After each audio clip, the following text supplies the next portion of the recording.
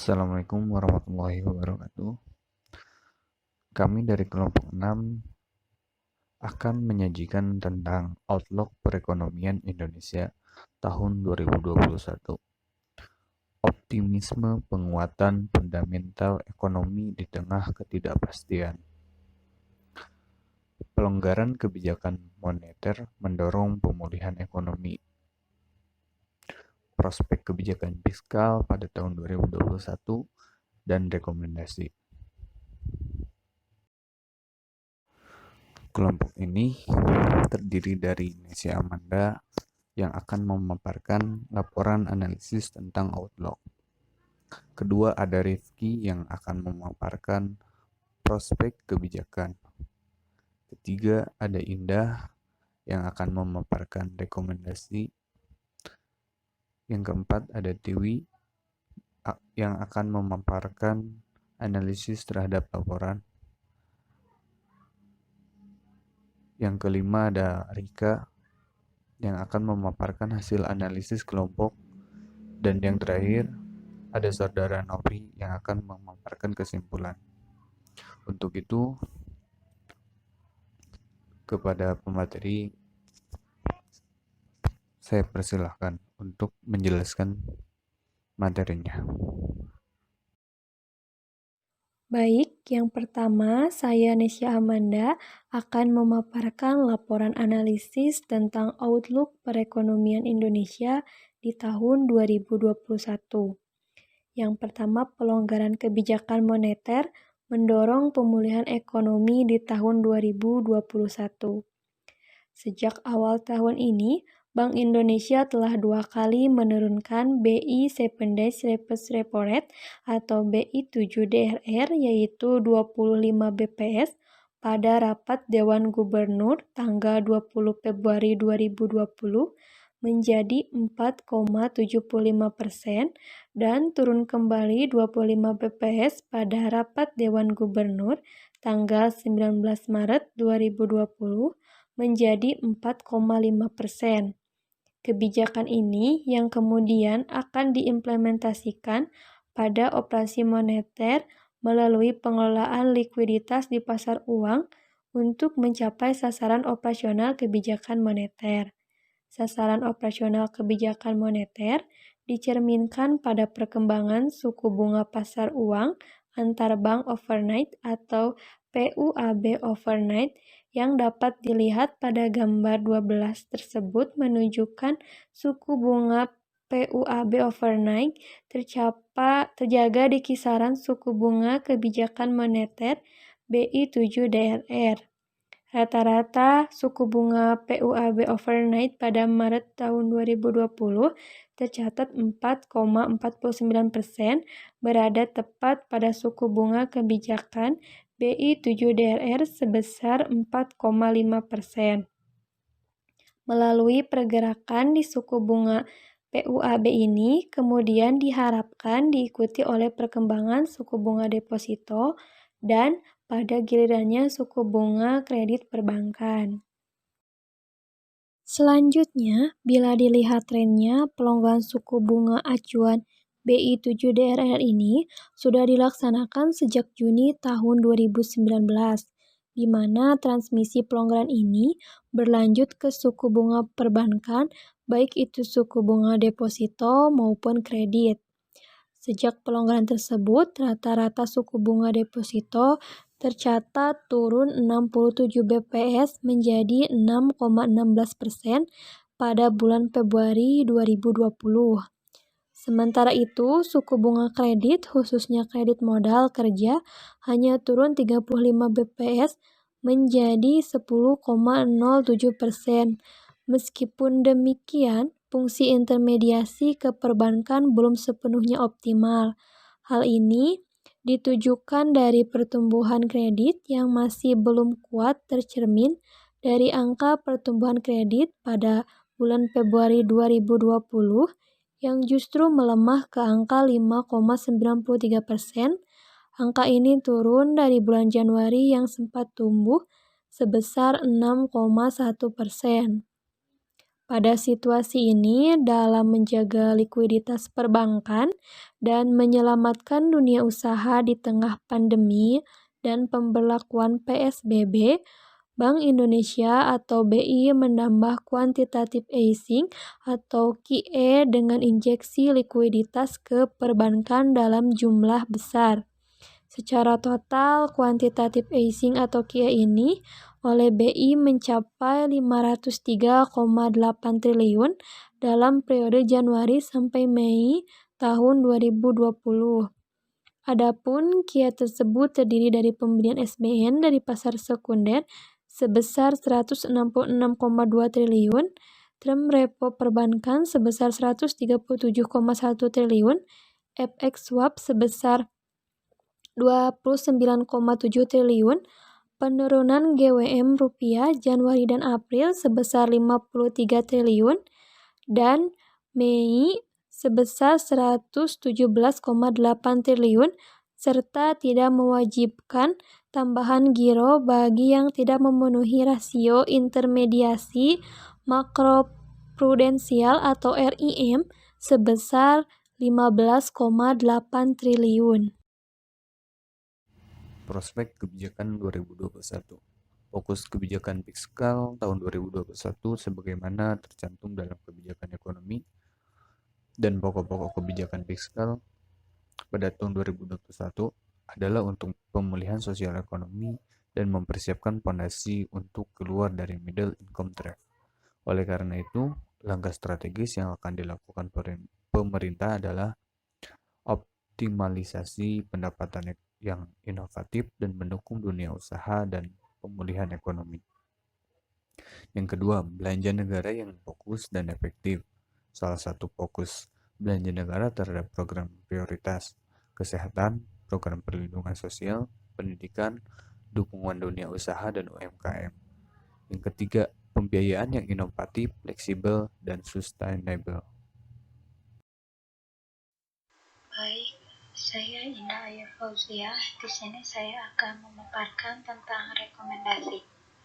Pemulihan ekonomi baik secara global maupun domestik sangat bergantung seberapa cepat pandemi ini berakhir. Di tahun 2001, menjadi momentum bagi Indonesia dalam melaksanakan pemulihan sosial ekonomi dan meningkatkan fundamental ekonomi melalui reformasi kebijakan fiskal maupun moneter. Adapun beberapa hal yang perlu diperhatikan. Yang pertama, sebagian penyumbang 50% PDB, maka basis konsumsi masyarakat harus diperkuat.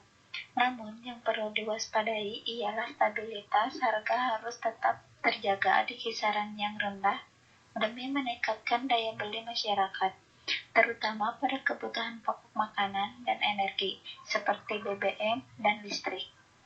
Lalu yang kedua, dalam meningkatkan daya tahan ekonomi terhadap guncangan-guncangan eksternal lain yang mungkin terjadi, pemerintah harus melakukan upaya diversifikasi negara tujuan ekspor dengan menyasar mitra-mitra non-tradisional seperti negara-negara Afrika, Amerika, Latin, dan Eropa Timur. Yang selanjutnya, yang ketiga, yaitu kebijakan fiskal 2021 yang disusun harus memperkuat daya tahan ekonomi nasional yang mampu mengatasi berbagai risiko yang muncul sekaligus melindungi ekonomi negara dari gejolak dan ketidakpastian ekonomi global. Perkenalkan, nama saya Tiwi Olivia. Saya akan menjelaskan mengenai analisis terhadap laporan analisis. BI 7-day reverse repo rate. Instrumen BI 7-day reverse repo rate digunakan sebagai suku bunga kebijakan baru karena dapat secara cepat memengaruhi pasar uang, perbankan, dan sektor real. Instrumen BI 7-day repo rate sebagai acuan yang baru memiliki hubungan yang lebih kuat ke suku bunga pasar uang, sifatnya transaksional atau diperdagangkan di pasar dan mendorong pendalaman pasar keuangan, khususnya penggunaan instrumen repo. Dengan penggunaan instrumen BI 7-day reverse repo rate sebagai suku bunga kebijakan baru, terdapat 3 dampak utama yang diharapkan. Yang pertama, menguatnya sinyal kebijakan moneter dengan suku bunga reverse repo rate 7 hari sebagai acuan utama di pasar keuangan. Yang kedua, meningkatnya efektivitas transmisi kebijakan moneter melalui pengaruhnya pada pergerakan suku bunga pasar uang dan suku bunga perbankan. Yang ketiga, terbentuknya pasar keuangan yang lebih dalam, khususnya transaksi dan pembentukan. Nah, yang selanjutnya ada quantitative easing. Quantitative easing adalah pelonggaran likuiditas bentuk kebijakan moneter yang tidak konvensional di mana bank sentral membeli surat berharga jangka panjang dari pasar terbuka untuk meningkatkan jumlah uang yang beredar dan mendorong pinjaman dan investasi. Nah, yang selanjutnya ada kebijakan moneter yang dilanjutkan di tahun 2021. Bank Indonesia mendukung pemulihan ekonomi nasional melalui stimulus kebijakan moneter yang akan dilanjutkan di tahun 2021, yang antara lain ditempuh melalui 1. Stabilitas nilai tukar rupiah sesuai fundamental dan mekanisme pasar tetap dijaga. Yang kedua, suku bunga yang akan tetap rendah sampai dengan muncul tanda-tanda tekanan inflasi meningkat. Dan yang ketiga, melanjutkan pembelian SBN dari pasar perdana untuk pembiayaan APBN tahun 2021 sebagai pembeli siaga, non-competitive bidder, dan kebijakan makroprudensial yang juga tetap akan akomodatif pada tahun 2021. Nah, yang terakhir ada 4 prioritas kebijakan fiskal 2021. Yang pertama, melanjutkan dan mempercepat program pemulihan ekonomi nasional. Yang kedua, penguatan reformasi struktural. Yang ketiga, program reformasi anggaran. Nah, yang terakhir, program percepatan pembangunan nasional. Selanjutnya, saya, Rika Junior, akan membacakan hasil analisis kelompok terhadap laporan analisis. Dalam keadaan pandemi seperti ini, pemerintah sudah banyak menerapkan berbagai cara untuk memperbaiki keadaan perekonomian negara yang berkontraksi akibat dari adanya pandemi COVID-19 ini. Bank Indonesia pun turut tangan untuk mengatasi permasalahan ini. Salah satunya adalah dengan menerapkan kebijakan pelonggaran moneter. Kebijakan moneter yang longgar dan akomodatif menjadi langkah awal dalam meningkatkan kembali gairah perekonomian. Melalui kebijakan moneter ini, maka diharapkan pertumbuhan ekonomi yang baik, stabilitas harga yang terjaga, serta keseimbangan neraca pembayaran yang positif dapat tercapai di tahun 2021. Selain adanya pelonggaran kebijakan moneter tadi, pemerintah berfokus juga kepada kebijakan fiskal di tahun 2021. Kebijakan fiskal yang disusun ini difokuskan pada proses pemulihan perekonomian Indonesia. Kebijakan fiskal 2021 yang disusun memiliki empat prioritas utama, yaitu melanjutkan dan mempercepat program pemulihan ekonomi nasional, penguatan reformasi struktural, program reformasi anggaran, dan program percepatan pembangunan nasional. Kebijakan fiskal 2021 yang disusun tersebut diharapkan dan diharuskan dapat memperkuat daya tahan ekonomi nasional yang mampu mengatasi berbagai risiko yang muncul sekaligus melindungi ekonomi negara dari gejolak dan ketidakpastian ekonomi global, termasuk akibat bencana non-alam seperti merembaknya pandemi COVID-19 ini. Selanjutnya adalah bagian yang terakhir, yaitu bagian kesimpulan. Kesimpulan dari semua pembahasan yang sudah dijabarkan sebelumnya adalah pemerintah dengan berbagai pihak lainnya telah dan terus mencoba mengupayakan untuk memperbaiki perekonomian Indonesia yang terimbas dari adanya pandemi COVID-19 ini. Mulai dari pelonggaran kebijakan moneter, membuat prioritas kebijakan fiskal di tahun 2021, dan juga memperhatikan hal-hal penting lainnya. Dan dari semua upaya-upaya yang dilakukan oleh pemerintahan tersebut, diharapkan dapat segera memulihkan perekonomian Indonesia, menjaga kestabilan perekonomian, dan juga memperkuat daya tahan perekonomian Indonesia ke depannya. Sekian dari kelompok kami. Mohon maaf bila ada kesalahan kata atau dalam penyampaian. Wabillahi taufiq wal hidayah. Assalamualaikum warahmatullahi wabarakatuh.